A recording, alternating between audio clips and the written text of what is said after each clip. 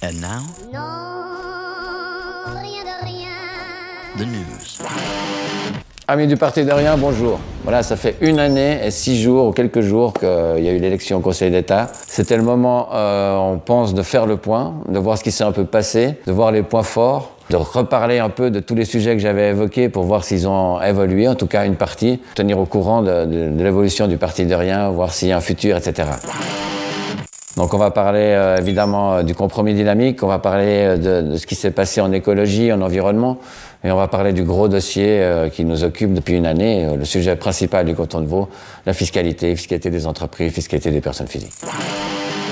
Il y a plein de bonnes nouvelles, il y a des choses qui se sont passées. Vous vous souvenez de la campagne? C'était une campagne quand même qui était assez molle, qui était basée sur le compromis dynamique vaudois, qui était basée sur une entente un peu tacite où peu de sujets étaient évoqués. Donc le deuxième tour a été un peu plus mouvementé, vous vous souvenez également. Maintenant, peut-être que certains se souviennent encore du compromis dynamique pour vous dire qu'il allait exploser. J'ai 8 secondes pour vous dire que le compromis vaudois, c'est de la dynamique. Et oui, le compromis dynamique a bien fini par exploser. Quand? Le 9 février de cette année, il a explosé avec le début de l'affaire Broulis. Cette affaire de Broulis, on en a assez parlé, je ne vais pas raconter. Tout le monde a vu. Il y a une certaine maladresse de notre grand argentier qui s'est embourbé dans une situation inextricable en donnant des explications peu crédibles. Pourquoi toute son action a cassé ce compromis dynamique? C'est parce qu'il a commencé à empiéter sur la vie des autres conseillers d'État. C'est-à-dire que chacun a dû finir par dire combien il gagnait, combien il retranchait. Bref, c'était pas possible. Donc vis-à-vis du public, c'était un désastre, vis-à-vis de ses collègues également. Donc c'était la fin du compromis dynamique. La fin de cette histoire a été il y a quelques jours où il a encore mis un pied dans le plat en voulant attaquer le seul juge indépendant des 3 juges qui devaient juger son dossier fiscal en disant que c'était qu'un fribourgeois qui ne comprenait pas les affaires vaudoises, alors que le gars avait étudié à fond toute la jurisprudence du canton de Vaud. Donc, c'était quand même une bonne prévision que j'avais faite. Le compromis dynamique a explosé le 9 février.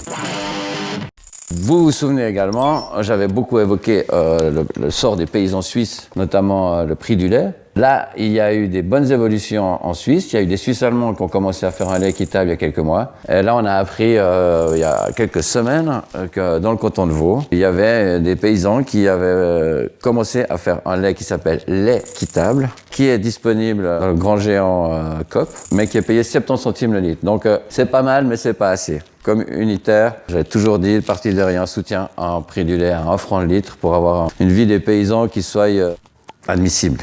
Tout simplement. Qu'est-ce qu'on a sur le dossier agricole? On a toujours notre conseiller fédéral. Rire, c'est bon pour la santé, Johann Schneiderman, qui est complètement à la dérive. selon un dicton populaire. Donc on se réjouit qu'il parte, mais au plus vite. Il fait pleurer. Reste encore à savoir pourquoi on rit. C'est vraiment lamentable. Il veut faire que signer des traités de libre-échange avec le monde entier en sacrifiant l'agriculture suisse. Donc on sait que l'agriculture est un domaine qui est subventionné dans tous les pays du monde. Je ne sais pas pourquoi, M. Hamann, je pense qu'il commence à avoir certains signes de défaillance mentale. Un rire cynique qui vise à tourner une personne en dérision, ce n'est pas un bon rire, à mon avis. Donc on se réjouit qu'il parte, mais qu'il parte le plus vite possible. Et sinon, la belle nouvelle côté environnement, c'est cette magnifique initiative pour l'abolition des produits de synthèse dans l'agriculture suisse. C'est un énorme morceau, ils ont réussi. Bravo à Etienne Kuhn, un ami qui travaillait chez Nike, et qui a bien changé, et qui a été à la base de cette initiative avec ses quelques amis. Bravo à lui et à toute son équipe, ils ont récolté 140 000 signatures, donc vraiment voter contre les produits de synthèse. On sait on utilise encore énormément en Suisse, que ça va être très difficile. Mais soyons le premier pays du monde à abolir ceci, on sera en avant-garde, on sera les premiers. Comme on était les premiers avec le cannabis en 90, avant d'avoir... Bon. Allez. Mais là, c'est notre chance à tous. Arrêtons les produits de synthèse, nous serons les premiers au monde et nous trouverons des solutions, car le Suisse est très travailleur, très intelligent et trouvera des solutions pour abolir le glyphosate, qui est la saloperie la plus utilisée en Suisse et dans le canton de Vaud, où on peut le voir encore, des articles dans Le Temps il n'y a pas longtemps. Notre agriculture est hyper intensive. Bonne nouvelle pour le prix du lait, bonne nouvelle pour ces initiatives. Une autre initiative qui va un peu dans le même sens a aussi abouti. Donc il faut vraiment qu'on aille dans cette direction. Le bio, se spécialiser en Suisse dans le bio, où on a beaucoup de retard, notamment au coton de veau, quand on prend le coton du Grison, qui est beaucoup plus bio que le coton de veau. Donc c'est possible. Fiscalité, le gros sujet. Vous vous souvenez des échauffourées avec M. Broulis où j'avais quitté le plateau de la télé? Monsieur Morand. Ben voilà. Ben voilà, bien. Alors, Je vous remercie. bonne soirée. Voilà. Bonne C'est soirée, dommage monsieur de Morand. quitter la table. C'est dommage parce que. Ah ben, c'était dans mon dos. Voilà. Lorsque j'évoquais la RIE3, en disant que la RIE3 était de fait sacrifiée par le refus de la RIE3 fédérale, qui était pendant la campagne, en février 2017.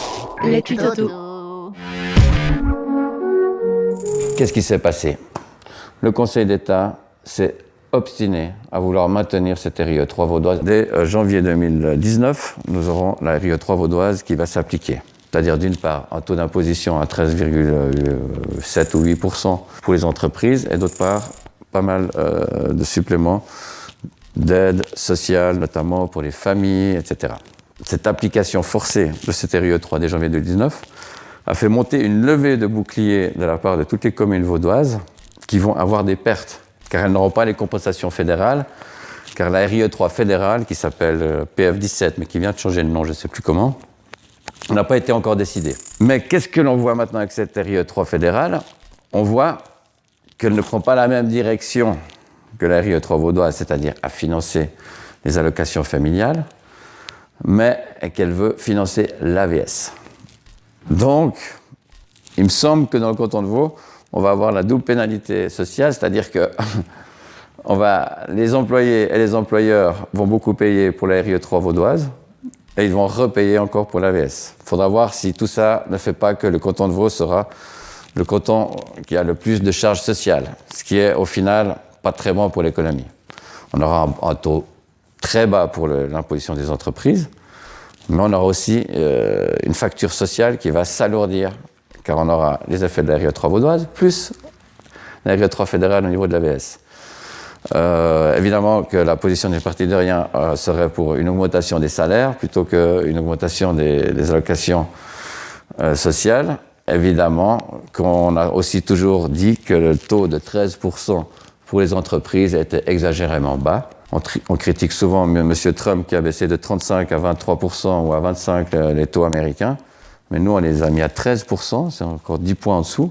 Les taux les meilleurs du monde avec Malte et l'Irlande. Donc on aurait été pour une solution zurichoise où ils vont baisser le taux des impositions des entreprises à 18-19%.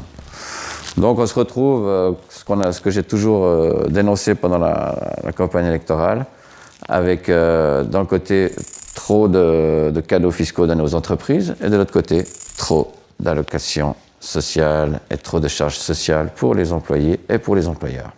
Qu'est-ce qu'on a vu ces derniers jours? Tout d'un coup, alors qu'aucun conseiller d'État n'avait prévu une baisse d'impôts pour les personnes physiques, le sujet n'était même pas évoqué par personne, à part quelques personnes du Grand Conseil. Mais au sein du Conseil d'État, le sujet de la baisse d'impôts des personnes physiques n'a quasi pas été évoqué. Surprise, la semaine passée, qu'est-ce qu'on a vu? Une annonce surprise du Conseil d'État qui va baisser les impôts des personnes physiques. Après 15 ans de résultats bénéficiaires d'avoir remboursé toutes les dettes, ceux qui ont permis ceci, c'est-à-dire vous, moi, tous les gens qui contribuent en payant des impôts au canton de Vaud, vont enfin avoir leur petit sucre. Ne vous affolez pas.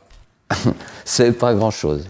C'est un petit sucre. C'est un petit sucre pour faire un peu patienter. Évidemment, il y a beaucoup de gens qui commencent à râler. Les entreprises payent toujours moins. Les particuliers payent énormément. Nous sommes le canton qui paye le plus d'impôts. Donc c'est grâce aux contribuables vaudois que la situation du canton de Vaud est si belle. Et on nous a donné un petit sucre qui va commencer en 2020, 2021, 2022. Donc on paiera un tout petit peu moins.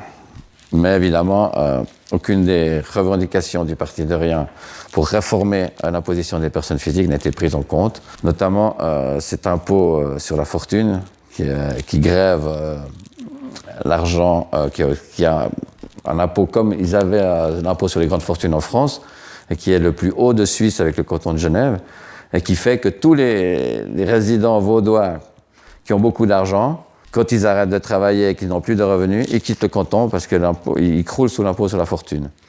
Donc c'est quelque chose qui ne va pas du tout. De même que les gens qui font des start-up et puis qui tout d'un coup ont une société très valorisée, croulent aussi sur l'impôt sur la fortune. C'est ce qu'on appelle l'imposition de l'outil de travail de l'entrepreneur. J'en suis une preuve parfaite. Mon entreprise est cotée par l'administration fiscale à temps. Et je paye chaque année les montants exorbitants d'impôts sur la valeur de cette société. Cette société peut très bien ne valoir plus rien du tout si elle commençait à faire des pertes. Donc c'est des impôts fictifs. Donc ça, c'est la grande réforme à faire sur l'imposition des personnes physiques. Maintenant, le Conseil d'État n'a pas le courage de le faire. Qui voulait faire par cette diminution des impôts des personnes physiques? C'est le petit sucre pour faire passer la RIE 3 vaudoise et la RIE 3 fédérale. Mais évidemment, c'est pas la bonne solution. Pendant ce temps, que fait le canton de Vaud? Il continue à attirer des méga riches de l'étranger en leur offrant un forfait fiscal. Et concernant les entreprises, c'est la même chose. On continue d'attirer des grandes entreprises en leur donnant des crédits fiscaux de 5 voire 10 ans. Donc on n'a pas tellement appris du passé. Le problème, c'est que on le sent. Les gens en ont un peu ras-le-bol de cette super agressivité du développement du canton de Vaud, des quartiers qui poussent dans tous les coins, le développement des bouchons, des trains pleins, des métros pleins, les gens en ont ras-le-bol. Donc il fallait évidemment lâcher un peu de lest, donc ils ont donné un petit sucre pour l'impôt des personnes physiques. Mais il n'y a pas de changement de cap. C'est toujours, on cherche la productivité, on fait venir des gens qui travaillent, et les méga riches, on les laisse partir parce qu'ils payent trop d'impôts dans le canton de Vaud. Donc les Vaudois qui deviennent un petit peu plus âgés, ils vont dans le canton du Valais pour l'impôt sur les successions, et les gens fortunés, ils vont au Portugal ou n'importe où pour ne plus succomber à cet impôt sur la fortune qui est complètement prohibitif. Donc évidemment, quand on supprime un impôt, il faut toujours le remplacer par quelque chose d'autre. Donc j'avais proposé, ce qui est fait aussi dans tous les autres pays, c'est d'imposer les plus-values en gains immobiliers sur les actions pour remplacer l'impôt sur la fortune. Il suffirait de jouer avec ce taux pour, dans les bonnes années, faire des réserves, et ça remplacerait complètement cet impôt sur la fortune, et les riches vaudois resteraient ici, au lieu de s'enfuir, car on est bien dans un enfer fiscal pour les gens qui ont un certain patrimoine. Et cette histoire d'un impôt sur la fortune peut toucher aussi n'importe qui hérite d'un appartement. Imaginons 1 million qui a été payé à 0,8%, ça lui fait une charge fiscale de 8 000 francs supplémentaires chaque année, ça peut aussi l'obliger à vendre, donc ça peut toucher énormément de gens, ce n'est pas une histoire qui touche que les ultra riches. Donc voilà pour le dossier fiscal. Maintenant, moi je voulais aussi surtout profiter de cette occasion pour vous parler de l'avenir du Parti de Rien. Donc on est toujours là, on est toujours à l'affût. Ce qu'on veut faire, c'est quand même le rendre un peu plus large.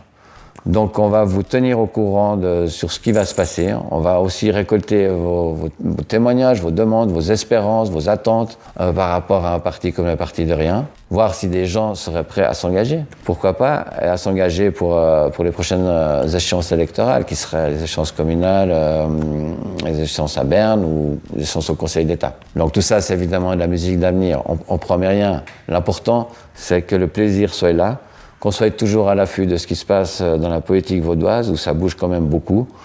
Et il faut quand même apporter notre voix, car on sait qu'on a beaucoup de soutien dans la population et que beaucoup nous soutiennent pour dénoncer cette politique forcenée du Conseil d'État. Donc l'important étant d'avoir du plaisir, on va vous tenir au courant, et puis on va continuer à faire, on va pas lâcher, et on est là, quoi.